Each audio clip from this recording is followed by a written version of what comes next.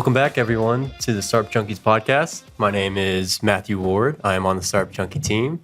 And today I am joined with my co-hosts, Jeff Amerine and Caleb Talley. How are y'all? Fantastic. Great. Another beautiful day in Northwest Arkansas. Glad you're on, man. Yeah, glad to be here. Before we join with our guest, we would love for you to share, subscribe, like, wherever you are. This has a really meaningful impact, not only on us, but our audience, be able to bring them good content. So we'd really appreciate that. And now, today, we have our esteemed guest, Mark Zweig. He is a serial entrepreneur of Inc. 5000 and Inc. 500 startups, Zweig Group and Mark Zweig Inc. Those are in industries such as architecture, engineering, development, etc. So he has a wealth of information there, and also teaches entrepreneurship at the U of A. And coolly enough, released a book called Confessions of an Entrepreneur: Starting, Building, and Running a Business. So we have someone on who has a lot of great information. Mark, thanks for coming on. Hey, thanks for having me. I'm not sure I can live up to that hype, though, Matthew. I know for a fact that was all true. That was a nice introduction. Great to be here. Jeff, you want to start off? Yeah. Give us. So we always start with kind of the classic Marvel Wolverine story. Give us the origin story for you. Back it up before, and just kind of a little bit of your life story beyond the bio. I'll try not to make it too long, but although I'm really old. So I was just the typical kid who always had a business. I started out buying and selling bicycles. My mom and dad lived on a corner, and it was kind of offset. So if you came up this one street, there was a stop sign, and it just looked right into our yard. There was a big tree there. It was the perfect place for a bike to be sold. And so I started like that. And then when I was about 12, my dad says to me, it's like one of the 3 times I ever listened to him. Most of the time, his advice wasn't really very good, even when I did listen to him. But this time it was good. He said, you should go down to the bike shop. There was a bike shop about 3 blocks away from me, Kirkwood Cycle Shop. And of course, I was always down there because I was buying and selling bikes and buying parts, and they knew me. And he said, you should tell them that you'd be glad to work there for free for a month, and if they like you at the end of 30 days, they can pay you $1 an hour. So I did that, and they hired me right away, though, for $1 an hour. And then by the end of the month, I was up to $1.25. And that sort of hooked me on business. Before that, I thought I wanted to be an architect, and I designed houses like crazy. I would draw them out check out books from the library and put them on graph paper. And I knew stuff as a little kid that was probably pretty weird. Like if I backed the bathrooms up to each other and then backed that up to the kitchen sink, I could minimize Keep all the plumbing cost together, right? Yeah, exactly. I don't know how I learned that. But anyway, so then I worked in a bunch of different bike shops. I started buying and selling motorcycles and all shortly after that. I was probably 12 or 13. Then I got into cars, got my first car at 15, a 1950 Ford, which we attempted to put a 283 Chevy V8 in, didn't do a very good job of it. And I started buying and selling cars, and, it was just that kind of a deal. By the time I was a senior in high school, I was making about $600 or $700 a week. Wow. Which was a lot of money in 1975.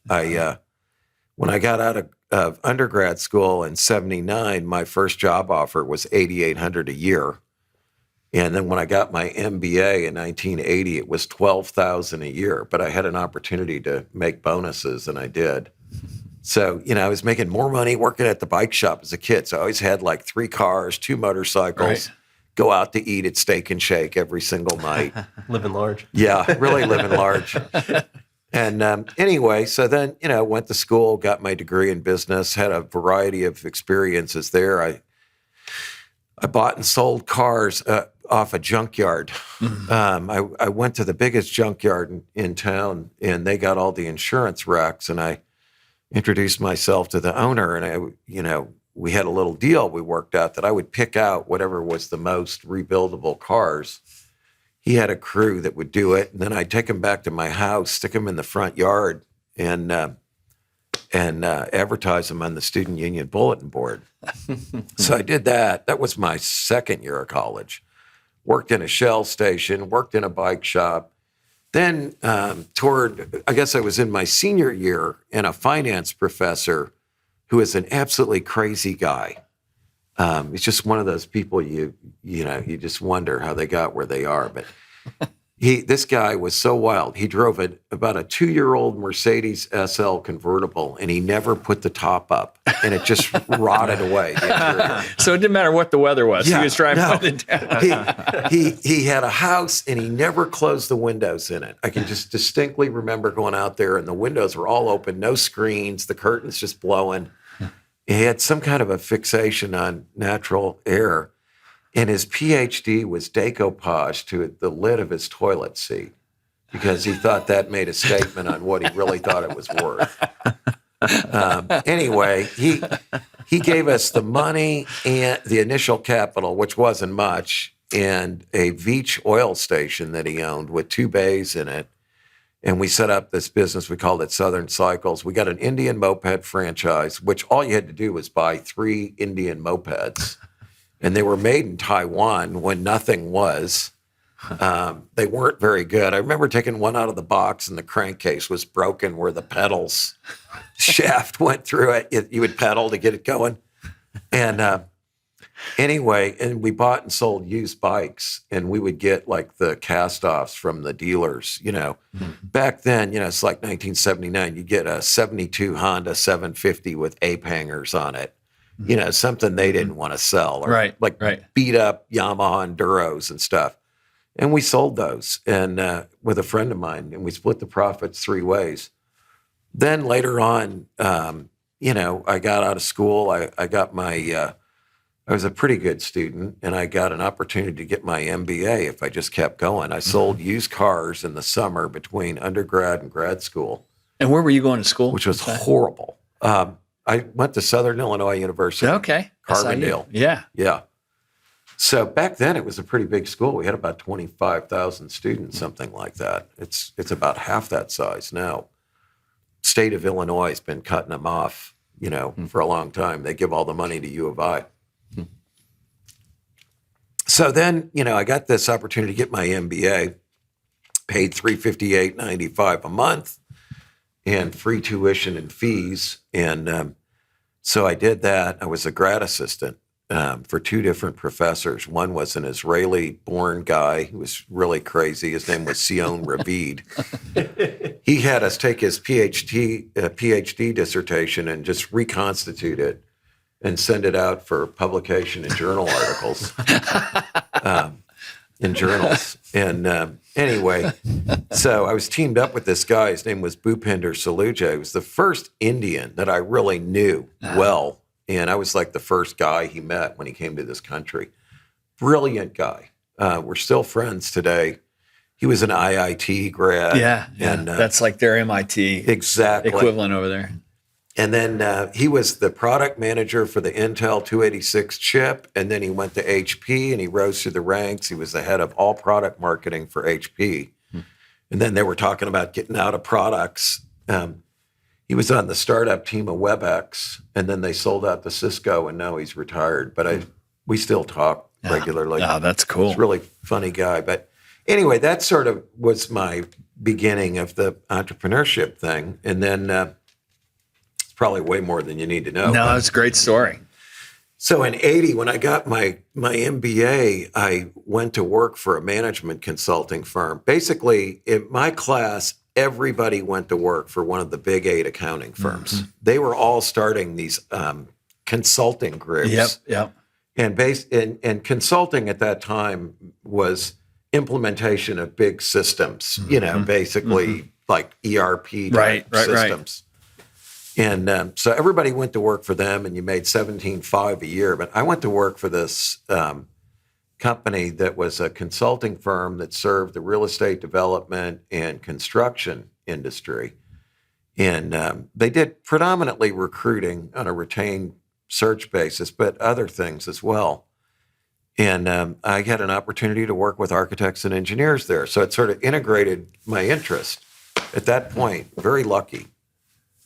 And, they didn't want to work with architects and engineers, the other people there. They were all older than me, and they were like, they won't pay good fees, and they can't make a decision, compared to the freewheeling contractor developer world. And but I found that they were intelligent and creative and interesting people. And so I built a nice little business there, about 3 years, serving that type of client, and then got recruited by one of my clients, moved to Memphis, Tennessee. It was an engineering and architecture firm. And shortly after I got there, I started out as the head of marketing. Well, we called it project development because we didn't say marketing. That was unethical. And human resources. So for Division One was Memphis and Little Rock. And so anyway, after about 4 months, I had that job for the whole company, which wasn't much bigger. Memphis and Little Rock were our two biggest offices, but we had Greenwood, Mississippi, and I want to say Baton Rouge, Louisiana. And anyway, so then I had another company that I had worked with going back to 1980, and one of their top guys, he went to work for a different firm. They were based in Texas. He was in Houston. The company he went to work for was based in Fort Worth, but he was in their Houston office, and he kept trying to recruit me because they had a huge turnover problem.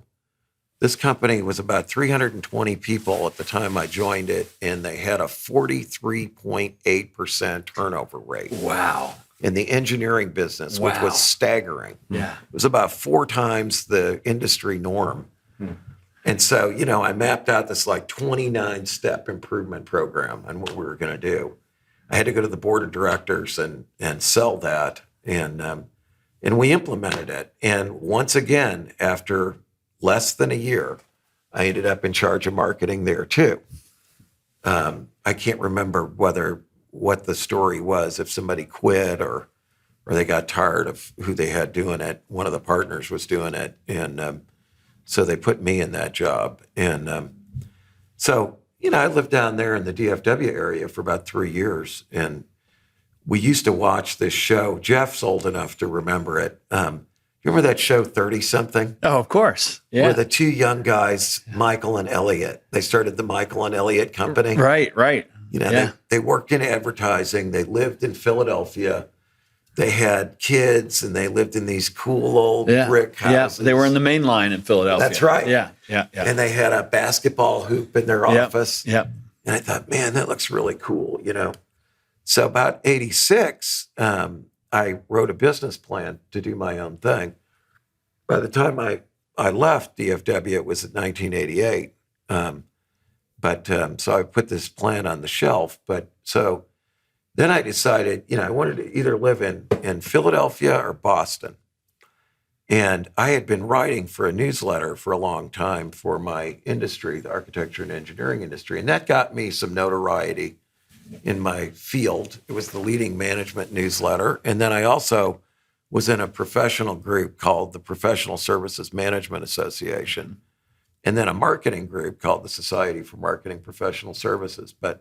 So I got recruited by this guy who had a firm that did a wide variety of consulting, training, media, research on the AE industry, architecture and engineering industry.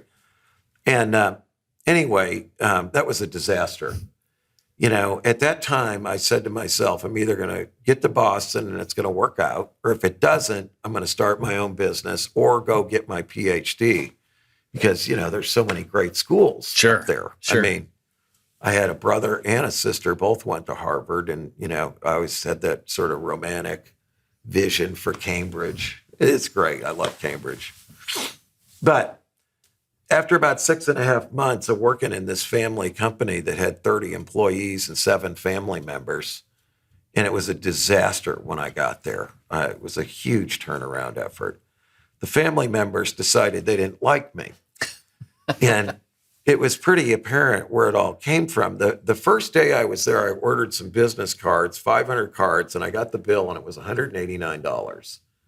I'm like, $189? How's that possible? So I said, henceforth, 3 bids on all printing. Should have been about $40 at that time. Right. Right. So what happened was the owner's wife's first cousin, he was buying all the printing. And the guy he bought it from was his best friend. He was best man at his wedding.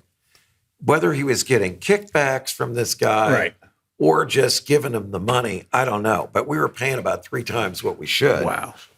And so he was not happy with me. And that was the beginning of the end. But I did turn the place around financially. The owner, he still had a respect for me. And so I decided then and there, I am never going to work for anybody else again. I started my own business right away, July 13, 1988. And one of my clients was the firm that I had just worked for. Another client was the firm in Texas. And then I got one based in Boston. And at the time, when I found myself unemployed, before that, I think I was making $102,000 a year. And I got $8,500 a month from these 3 sources. So sort of replaced our income. And we decided that we would live on $2,000 a month and just throw money back into that thing as long as we could stand it. And that's what we did. And, the company grew like crazy. We started with 1 room above Russ's Lunch, which was a classic diner where the guy owned by a Greek guy. And in Boston, all restaurants are owned by Greeks. Yeah. Okay. Some of the best Italian food you'll ever have is from a Greek guy in Boston or the surrounding area. It's awesome. It's the truth. That's awesome. So I had this one friend who was Greek and owned a restaurant. And he said, thank God for the restaurant business or us Greeks would starve. That was his favorite saying. And it was totally vertically integrated too. Like their supplier was their uncle, for a cousin, for something else. But anyway, so Costa would sit back there and smoke over the grill, and the ashes would literally be falling into the burger. Every day I went home, I smelled like hamburgers. And so I hired another guy that used to work with me, and the 2 of us are sitting in this one room. And you could open your window, and down below me was the Natick Cab Company. So, it was like in a basement. These guys would be sitting outside smoking. They'd yell up at us, and we'd flick our butts down on them. And they'd be like, Dad, knock it off, Zweig, But it was really fun. Then we got 2 offices. Then we got 4. Then we moved to a big modern office retail complex on, more suburban. And we just kept growing. We got a 1,300 square foot office, a 2,500, a 5,000, a 10,000. And we bought a little company in San Francisco in 1990. That was the beginning of the San Francisco office, which was our second biggest office over time. And we started an office in D.C. and we ended up with people in Kansas City, Overland Park, Atlanta. We had an office there, New York, L.A., and the business just grew like crazy. I mean, we grew by 30% a year for 13 years in a row. Wow. And we were always profitable. We never had any outside equity. We did sell stock to key employees. Sure. And we would finance 100% of that. And that was really a strength. We just did a lot of stuff that we advocated our clients do, which was open book management, sharing the profits on a monthly basis with all employees. Nice. People love that.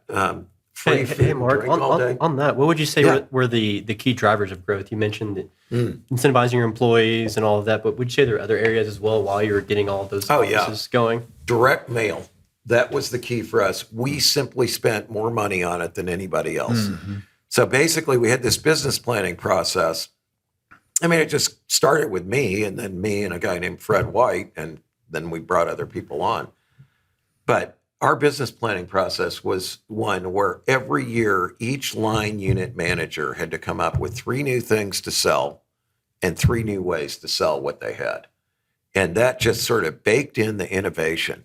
Eventually, you got 10 or 12 profit centers. You got 30 to 36 new things you're doing every year. That's great. And, some of them stick and some of them don't. But so we just chugged along. But the direct mail, we had kind of a simple formula, and it was amazing how linear it was. we would increase our marketing spend on direct mail by 30% a year, and we'd grow by 30% a year. We figured out that was about as much as we could finance. Wow. With the internal, working capital.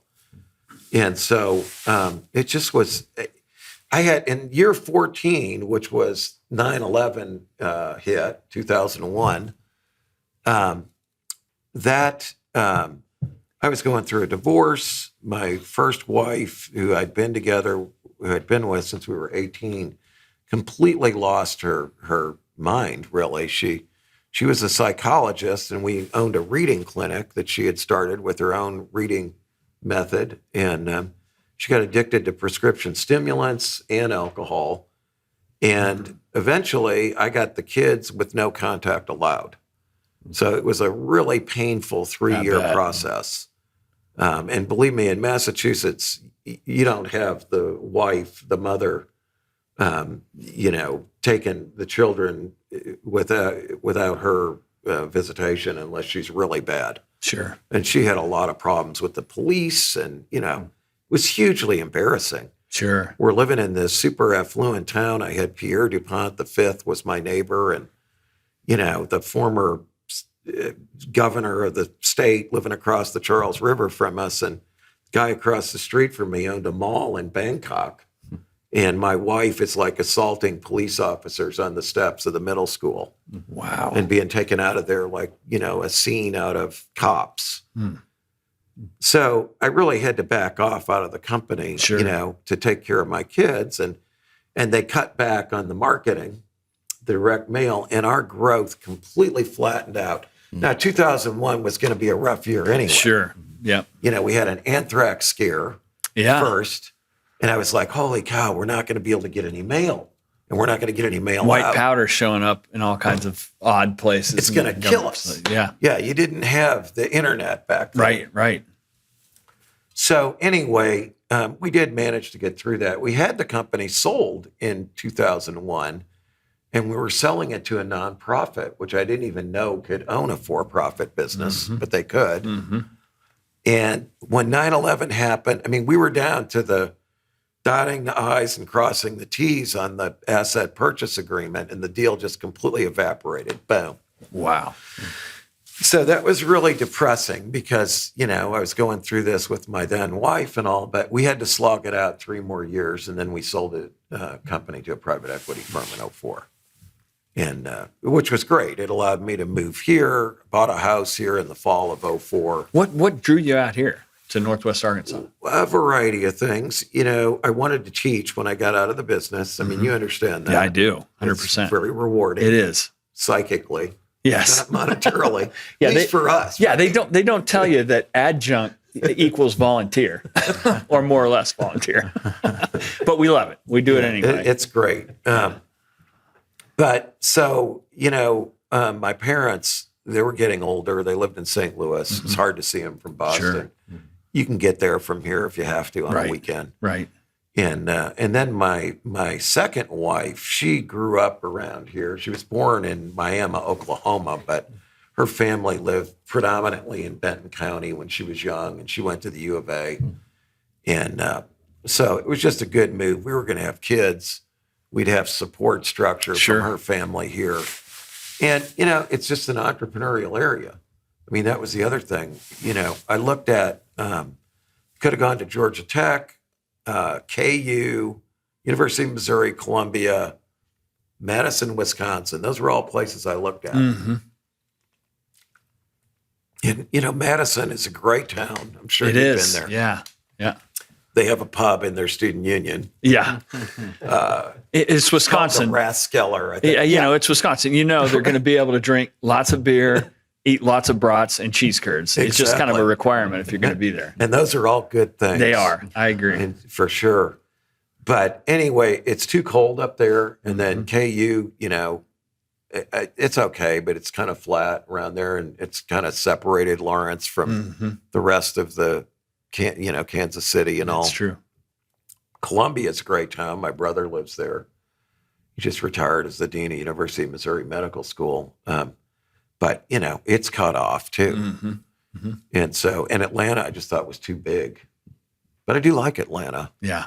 So anyway, that's how I ended up here. And it was a great move. I mean, this place, I think a lot of us didn't grow up here. No, that's right. You know, and it's been really welcoming. I think it's very unusual in that way.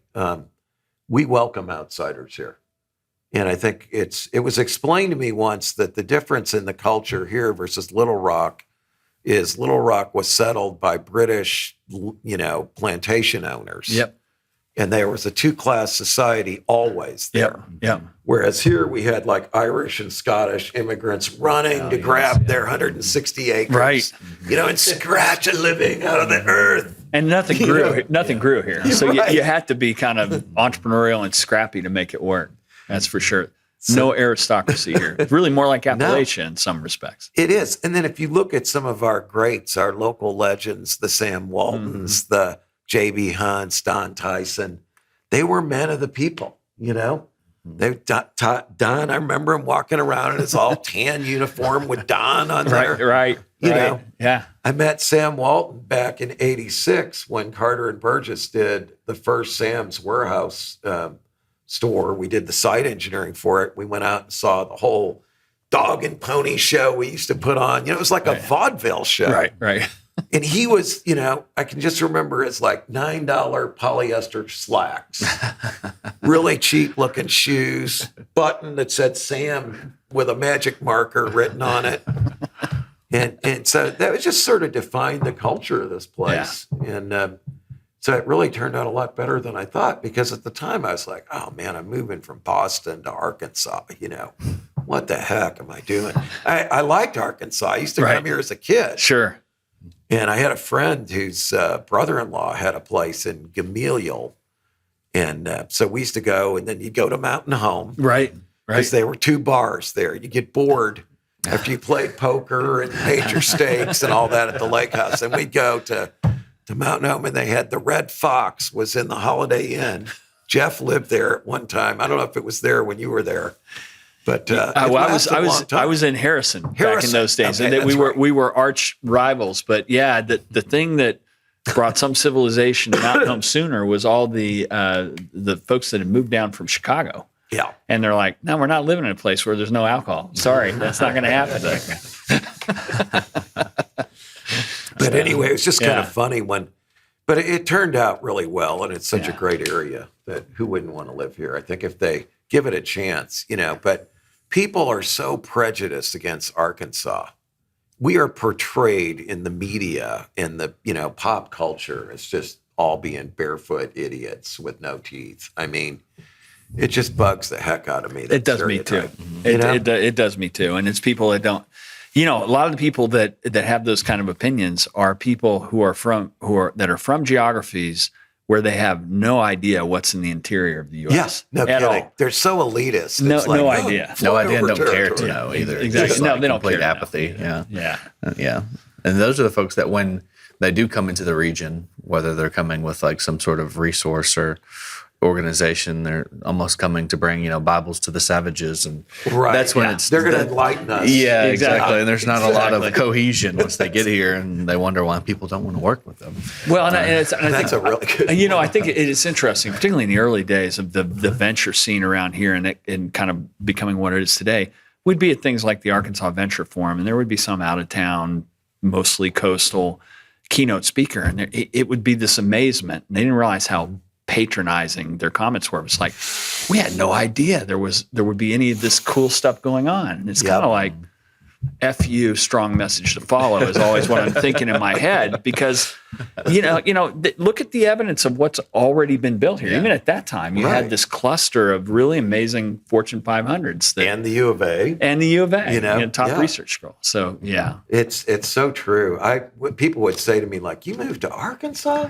I'd be like, yes, sir. I said, we got a dentist in town, indoor plumbing, and a cement pond, We even got a cement pond. I mean, it's, but people are always surprised just how nice it is here. And I mean, of course, as our population grew during the last 19 years I've been here, I mean, it's just gotten better and better. And I can speak to just, looking at the entrepreneurial resources and just the activity in the 4 years I've been back here at Startup Junkie, you've just seen the growth and just like the new organizations that have come to serve niche groups of entrepreneurs, and just that rapid growth within the last 4 years. I can't imagine kind of taking a step back 19 years. I'd like to hear kind of your perspective of, in hindsight, watching that growth of an ecosystem. My only regret, well, you guys are a big part of that here. And, we got the Brewer Entrepreneurship Hub and all the other things that you mentioned. I mean, we've got some new VC funds around here even, which is pretty interesting. Excuse me, but, my only regret is that when I heard Crystal Bridges was going in Bentonville about 2007, I wish I'd have just bought most of downtown. Land everywhere around there. I mean, no kidding. Buy up a bunch of those shotgun shacks in that area. Totally missed the market. Exactly. That was about that's what really sticks in my mind. That and the fact, now we've got like 10 times as many restaurants. There just were hardly any around here. No, that's true. That's true. And some really good stuff. A wide variety of cuisines, no doubt about it. Yeah, it is really interesting. Like, I think the Northwest Arkansas Council has really had a huge role in sort of engineering the area. So each of these towns has its own identity and place in the system. You got Rogers, and it's got all the new stuff and the Pinnacles and all the major big chains and attractions. And then Bentonville has this amazing urban. I call it neo-urban because it was there, but it was nothing like it is now. Nothing like it is now. It's just amazing when you go there. And then Springdale, it's going through its resurgence, and it's downtown. A culturally eclectic kind of place where you can find Salvadorian food and cider and the whole Emma Street revival. And you're right. And each of the little, something we talk about a lot is the and I'm not throwing stones at the chambers, but it was real easy for those little cities to kind of have a Friday night lights, win-lose attitude. And the council, the Northwest Arkansas Council, pulled them all together and to think we got to be regional about this. Yes. Everybody will win if we work together. And it's pretty spectacular what they've done. It really is. And Fayetteville, of course, has the U of A. And it's got its sort of unique identity of a little bastion of enlightenment, I think. Right. So you got all those things going. And, I guess some people think we're growing too fast. They don't want it to become the next DFW. Sometimes we call the Pinnacle area New Plano. Right. But that's unfair because really, I mean, even Rogers has like distinct identities of the downtown. It's way different than the lake. Yeah, no doubt.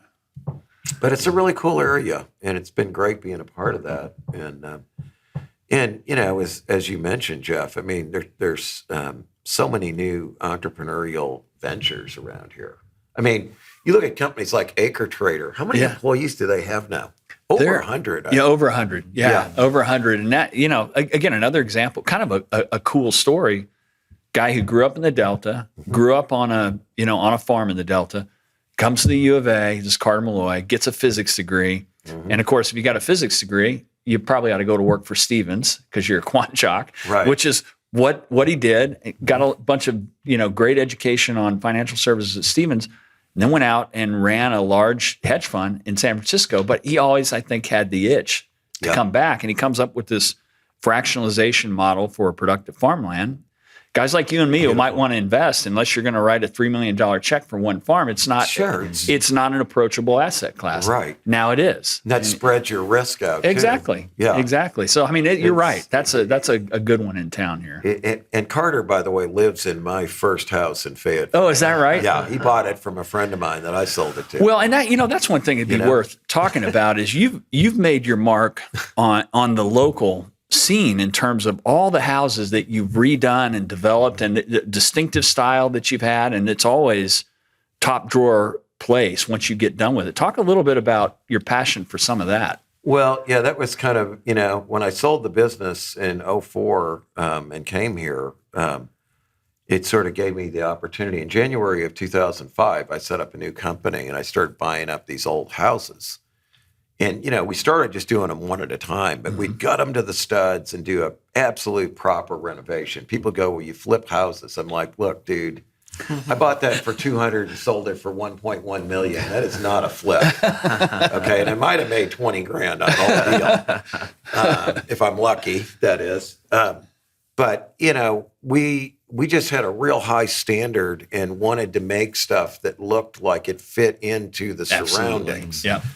And that was the point. I'm not into the look at me architecture. I'm shocking you, which I think a lot of architects want. Mm-hmm. And so, so I did design everything. I mean, I had some houses where I not only did I design every detail, pick every color, managed the whole process, but I even did the paintings on the walls, designed the furniture, built that. Mm-hmm. We had some that were just totally turnkey. And it was really fun being able to just exercise my vision and build exactly what I wanted there. And you did that a bunch. How many, what's the count? How many total houses? Do you know that off the top of your head? I don't even know. It was a bunch, though. It was. Yeah. We got on the Inc. list in 2014 for that business. But, we were doing like $5 or $10 million a year in sales. Wow. And we did well. And of course, it built up over time. We ended up with a lot of rentals. I think we had 67 residential doors and 44,000 square feet of commercial, and which we have since sold everything other than one 21,000 square foot building. We've gotten out of all that. But it was a lot of fun, and you got to exercise your sort of creative vision. Mm-hmm. And but that kind of, that business suffered too, because in 2010, 2009, the company that I used to own or manage that was sold to the private equity firm in 2004, it was taken back by its lender. They borrowed money from a mezzanine fund and didn't pay it back, $6 million. Geez. It was interest-only payments with a balloon. Well, they never even made their interest payments. Wow. And it was just a classic case of mismanagement. And so the company had really degenerated into like a sixth of its maximum size. And it was losing money. It was doing about 3.1 million, losing, I think, 1.3 or 1.4 million, and had a negative net worth of 6 million. Had $1 million in assets and 7 million in liabilities. And they recruited me back, and I said I wanted to open an office here, which I did, and I consolidated everything in Fayetteville eventually, and we turned that thing around too. They gave me some ownership, then I put some more money into it, and then in 2000, we got it turned around. By that point, I had like 42.5%. And we got the business turned around, but I knew it's a fund, and you know how these funds work. Yeah, I do. They cannot own this business. So it was, I think a fund had to be closed by like February of 2013, and then they pay all the investors back. Right. And so we knew they'd have to get rid of the company. So I sent one email out to the CEO of the largest software company that serves my industry. And I said, look, Mark Zweig at this company, I met you once, and I need about $2 million. And I need $1.5 million roughly to buy the company, which was now in good shape. Right. And in large part, it was due to my now wife. Sure. Brought her in. She was like the first person I hired. And she really helped me. And Eric Howerton was part of it. Oh, yeah. Yeah. Eric was one of the first guys we hired, and he and I are still friends and doing stuff together. But, thanks to them, I mean, we really got this thing turned around. So by 2012, I sent this email out. The guy responds like, oh, yes, Mr. Zweig, I remember you. You got a good name. We'd like to come see you. So he came down. He brought his CFO and his general counsel. They flew their private plane down here, landed out at Drake Field, spent the day with us. We had a deal struck. They negotiated with the lender. We paid $1.55 million and got another $450 for working capital from them, and paid 20% interest on that. But there were no personal guarantees. They had no ownership. Wow. That's a deal. It was actually a pretty good deal. Yeah. People are like 20%. I'm like, where else would you get that money? That's still less. You know what I mean? That's still less than a venture return. Your cost of capital is way less than what you'd have to give an equity partner. Right. We knew we were going to be successful, so we didn't want to give all of it away. Right. So anyway, we paid that for 30 months. We paid $1 million in interest out to those guys. It was $400,000 a year. Paid that, and then we paid the loan down by $100,000. And so when we did that deal, that's when Chad Kleinens joined the firm. I had recruited him. I met him at a meeting, and he was from Fayetteville. It was really uncanny. Neither of us were in Fayetteville. He's from Fayetteville. He had an MBA, and he was a registered engineer. And I thought, and he was the head of strategy at Garver. I thought, this is perfect, We get this guy in there and work him around, and at some point he'll be able to take over the business. And that's what we did. It took us 5 years. We had a 5-year plan, worked in all the different areas of the business. And so after the 30 months of paying that interest, we also have a woman there, Jamie Kaiser, who's really brilliant. She's a lawyer, an MBA. She grew up here in town. And she got us an SBA refi of the $2 million. We got $2.5 million from the SBA, about a third of the interest rate. Wow. Huge savings in interest, sure. Like $23,000 a month or something. Wow. And so that was really pivotal. And then in 2018, I went to them and again, I'd been through another divorce.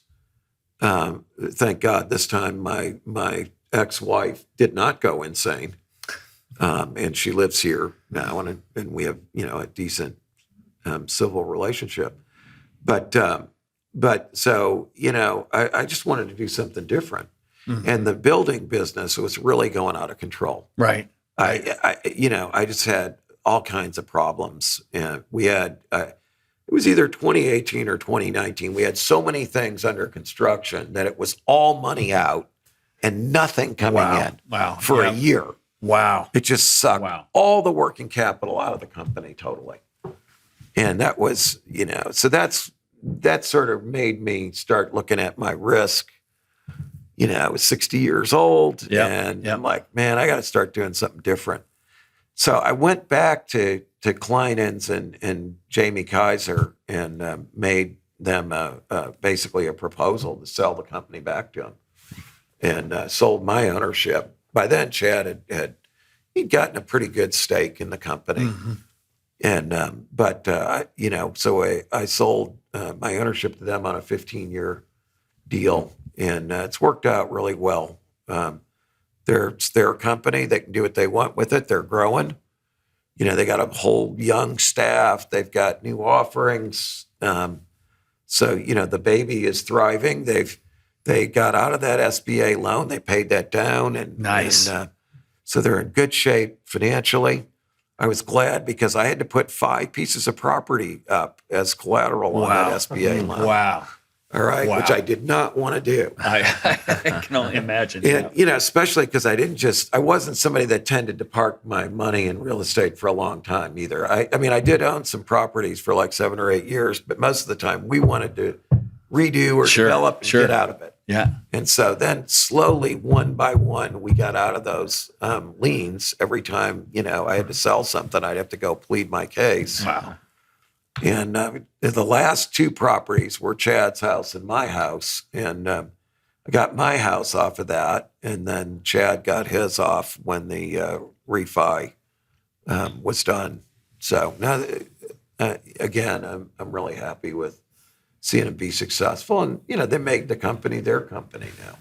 You don't seem to me like the kind of guy that could sit still, even and obviously, but what's on the plate now? I know you've got to have something aside from teaching that you're excited about. I do have. I've got like 3 things I'm working on right now. 4. I do like to buy and redo old air-cooled VWs. As my, I was always a car guy. I like following you on Facebook because you've always got pictures of cool cars that are out there that you either owned or sold or have done something with. Selling them. But so, I used to have a whole lot of cars and bikes, and I had some pretty nice ones, and we built hot rods. We had some cars, we made the entire car. We made the body out of steel, the chassis out of rectangular tubing. I had this friend here. His name's Mike McPherson. This guy's like the most unbelievable talent builder. He can make anything. He's amazing. He's basically retired now. But anyway, I got into the old air-cooled VWs. I never liked them when I was a kid because they were slow. I only wanted fast stuff. Right. But, now they're cheap. Right. And you can fix them up and they're worth a lot when they're done. And Sure. they're German, they're kind of cool. So I've been doing that. I had 5 VW projects this year. I've sold 3. I got 2 more that are under construction. Wow. And then I've got something I'm going to do with Eric. We formed a new venture to work on something, which I don't really want to divulge yet, but it's nothing terribly revolutionary, but I'm very excited about the potential of it. That's great.